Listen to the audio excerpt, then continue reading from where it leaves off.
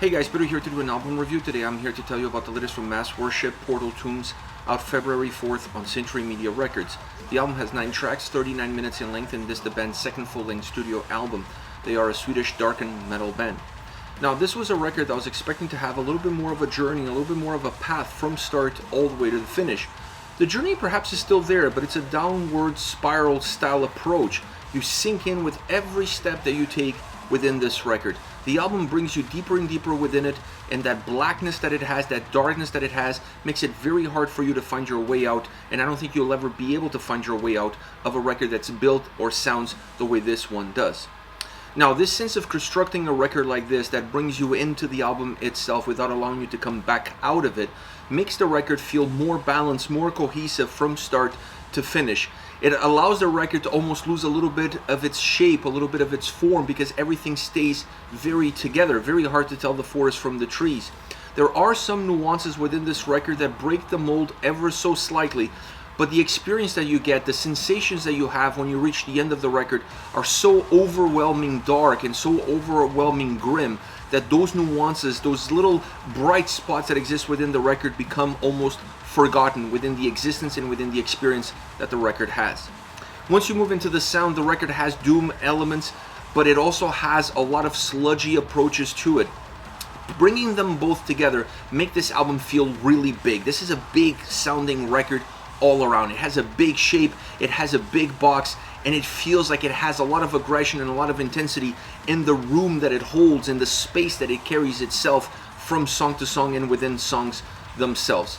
The fact that the shapes of the tracks and the shape of the record itself becomes a little bit rugged allows you to understand exactly where these songs are starting or where the album is starting, but not necessarily where it's going, because it's hard to define the parameters around the soundscape, the parameters of where these songs are trying to take you and what's the end journey for it, what's the destination. This makes things feel even darker. It makes things feel even grimmer, if that's even possible. So when you put that together with a large volume that this album holds, this really becomes a consistent record, a record that has a lot to give, that becomes very thick in the approach and the sound and the experience that it gives. Within that soundscape, you definitely have the drums and guitars playing two separate roles within the soundscape. The drums compact the sound a little bit better, the drums ground the sound a little bit better, giving consistency to this record, making the album feel big, feel powerful, feel heavy, but not necessarily overpowering anything else. There's just a very consistent element that becomes the roadmap or becomes the foundation of every single song. On the other side, you have the guitars that are perhaps the most dynamic element of the entire album. And this is not a dynamic sounding record. This album doesn't really move a lot. But whenever it moves, it's really the guitars that are doing all the movement, changing a little bit of directions, changing the execution, changing the soundscape, having a positive impact in the atmosphere, making the album feel a little bit more unique at times to try to break away from that sense of constant development that stays very consistent throughout the entire existence. So it's a very interesting approach when you have two elements that, while working in parallel with one another, really create two different aspects or give two different feels and vibes to the way the sound is put together.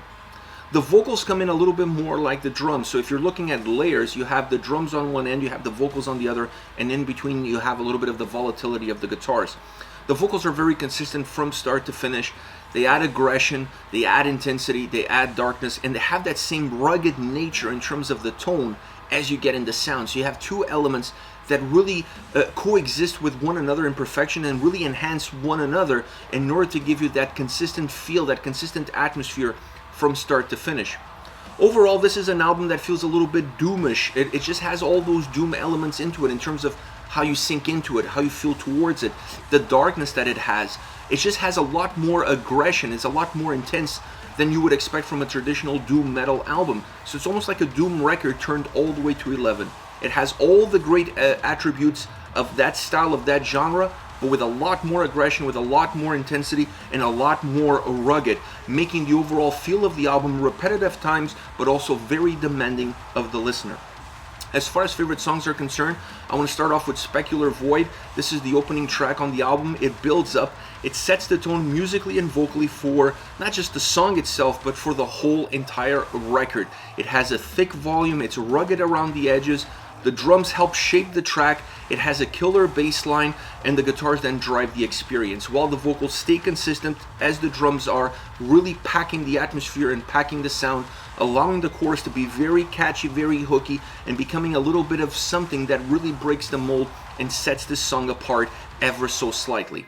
Then you have Unholy Mass, a slow start, builds up, becomes very proggy, a song that's different from everything else that you'll hear on this album from this point forward and even before it.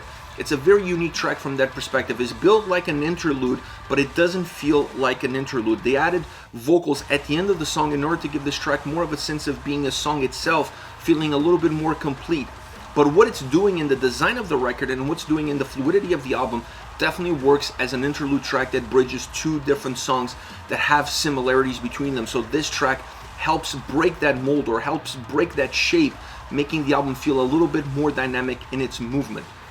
Last but not least, we have Empyrean Halls, a song that doesn't hold back. This is a very intense track. The bass and drums pack the sound, packed with heaviness, packed with intensity, packed with aggression. The guitars define the path a little bit better, adding some melodic undertones, help shape the way this song is created and the way this song is perceived by the listener. The vocal consistency brings it all together, a little bit of the glue that holds it in one piece. It has intensity as well, and that intensity and ruggedness really pushes this song forward, allowing it to have a little bit of a parallel path from the rest of the album. It has all the condiments that this record offers, but it feels like it's taking you in a very different direction. This is it. Mass Worship, Portal Tombs, out February 4th on Century Media. Let me know your thoughts on the band, on the singles. Use the comment section below. I'll be reading those and getting back to you. Take care, guys.